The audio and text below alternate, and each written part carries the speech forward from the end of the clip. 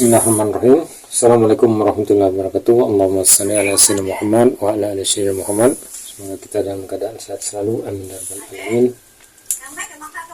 Masih seputar perbaikan trapulas ini. Kali ini perbaikan trapulas lakoni ya, yang daya 450 watt basic. Bagi yang sudah kenal ini, sudah tahu isinya, ini sistem IGBT. Ini kondisinya ini rusak, baru masuk ke saya minta diperbaiki. Coba kita tes dulu ya. Ini lumayan, ini wattnya kecil, jadi tidak mudah turun untuk daya listrik di rumahan yang 1300 watt. Kita coba dulu, kondisinya katanya rusak ini. Tes rusaknya bagaimana. Bismillahirrahmanirrahim. Oh, sudah tidak menyala sama sekali ya. Hanya tombolnya saja yang menyala. Itu mesin lasnya sudah tidak menyala lagi. Kita coba lepas dahulu, kita bongkar dahulu.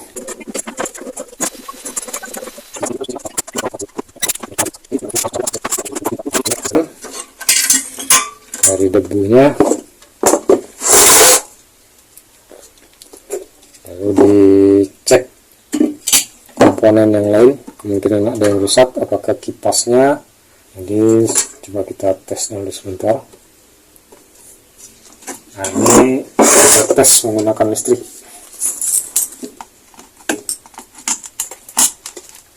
Nah, ini kondisi on ya, off, on. Kita tes menggunakan tadi pengecekan dengan skala ohm, sekarang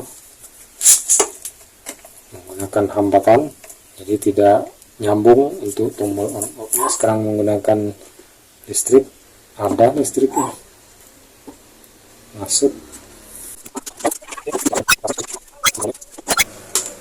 Lihat reaksinya. Bismillah. Oh, ini sudah di 100% konslet, pengaman 100 watt menyala terang sebagai pengaman daripada konslet. Jadi umpama tidak menggunakan lampu ini ya, tidak melewati lampu ini, sudah dipastikan NCB meteran turun ya. Nah, jadi itulah fungsi daripada lampu. Kalau lampu 100 watt ini, bawa IGBT, jadi IGBT nya sudah putus 100%, putus melepas IGBT ya.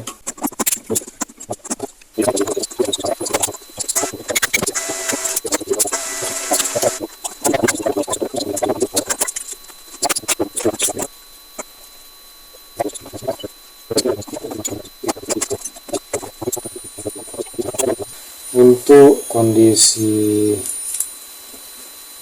gate dan emitter kiri dan kanan seimbang di 17 volt AC, kemudian kanan sama seimbang. Alhamdulillah, biasanya dengan pengukuran seimbang ini tidak ada kendala lagi untuk pemasangan IGBT nya.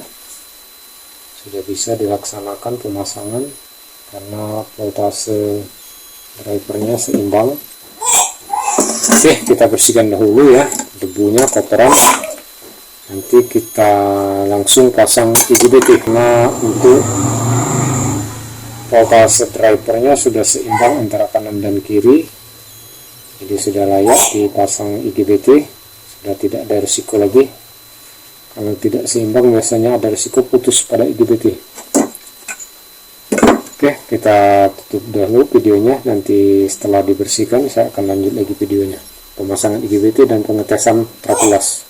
Oke, kita lanjut ya. Ini sudah saya bersihkan dan sudah dibongkar heatsink untuk dioda pinalnya, karena untuk dicek ternyata bagus semua. Dan kemudian untuk dioda antara kaki kolektor dan emitter, resistornya semuanya bagus dengan nilai 10 ohm.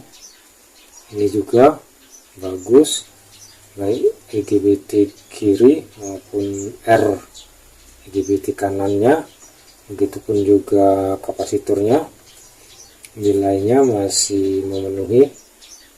Coba kita ulang ya, pembacaan kapasitor ini 471 ya, 0,41 nanofarad, jadi masih bagus untuk kapasitornya. Begitupun yang ini.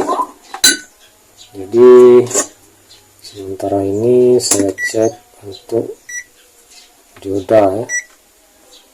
Jadi dioda pada kaki driver yang penghubung dari gate ke trafo osilator, ternyata diodanya harus diganti.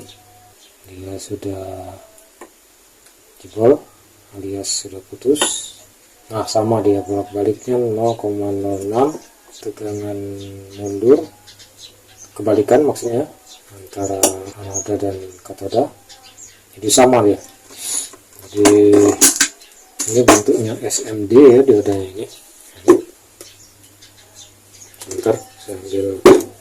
Nah, jadi yang ini diodanya ada 2 buah, 1, 2, jadi harus dilepas semua, diganti. Ini bentuk SMD. Nah, jadi dia betul-betul sudah putus ya. Coba dibalik, anoda positif, katoda negatif, bias terbalik 0,25 ya. Jadi saya tidak mau ambil resiko ya. Biasanya menurut pengalaman saya, kalau kedua buah IGBT putus, pasti ada yang ketidakberesan di bagian driver. Jadi pada dipasang putus lagi, harganya juga lumayan untuk IGBT-nya. Mendingan saya ganti semua ya untuk dioda drivernya ini. Jadi ini untuk tipe SMD. Mana tadi hilang, jatuh mungkin. Jadi daripada putus lagi IGBT-nya, mendingan saya ganti diodanya ya. Nah, ini dia diodanya. Ini diodanya tipe SMD, sangat kecil. Jadi saya ganti dengan persamaan IN5819. Satunya lagi. Ini sudah lepas. Jadi kedua diodanya sudah terpasang, diganti ini. Nah, ini sekarang kita lanjut pemasangan untuk IGBT. Sebentar saya ambil IGBT-nya. Apakah saya punya stok? Oh, ternyata masih ada stok saya. IGBT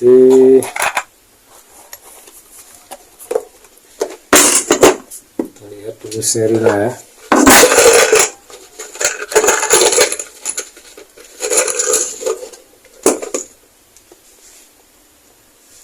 Untuk seri bawaan dari pabrikannya ini yang putus sudah rusak 40N60.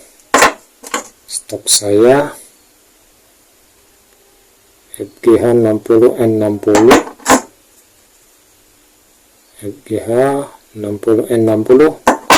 Jadi ada kelebihan sedikit untuk ampernya. Ini 40 yang lama diganti dengan 60. Ada perbedaan sedikit untuk pensuplai ampernya, tidak jadi masalah. Dan kita solder. Ini dua layar dia, ini harus hati-hati memasangnya, jangan sampai ada layar atas dan layar bawah yang tidak terpasang, nempel semua harus.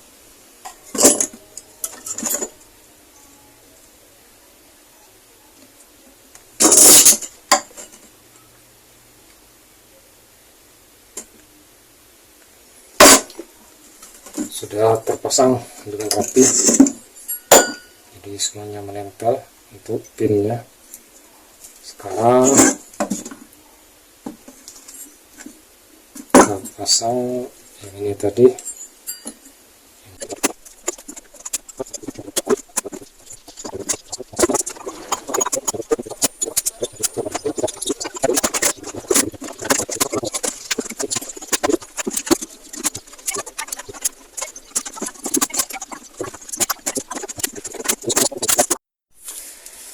Ini alhamdulillah sudah selesai, sudah dibersihkan, sudah dipasang di casingnya, sudah diikat bautnya.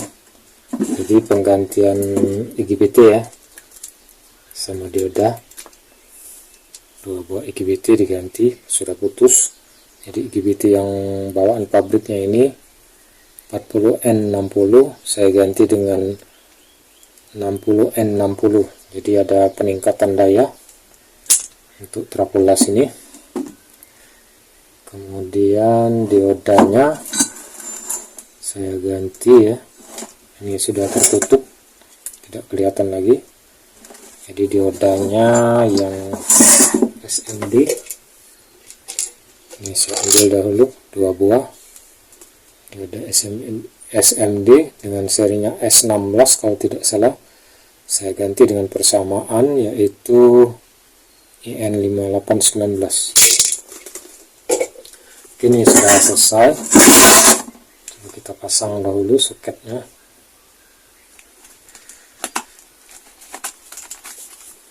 Ini kan, ini sudah nyala. Sekarang kita ukur tegangan. Sekarang skala di 50 volt. Nah, di sekitar 43 volt. Di 43 volt. Kita coba pakai tester digital. Volt. Baca 57 ya. 57. Jadi untuk ini kurang akurat ya.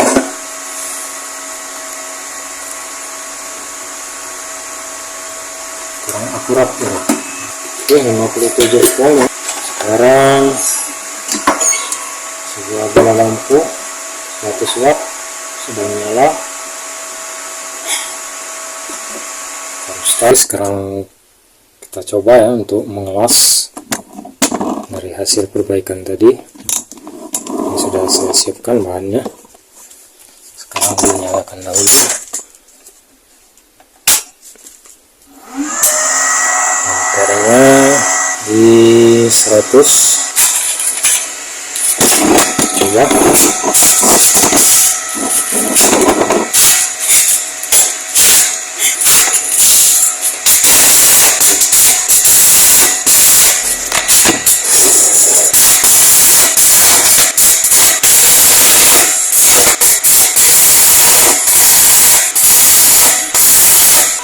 Oke, sudah lumayan ya.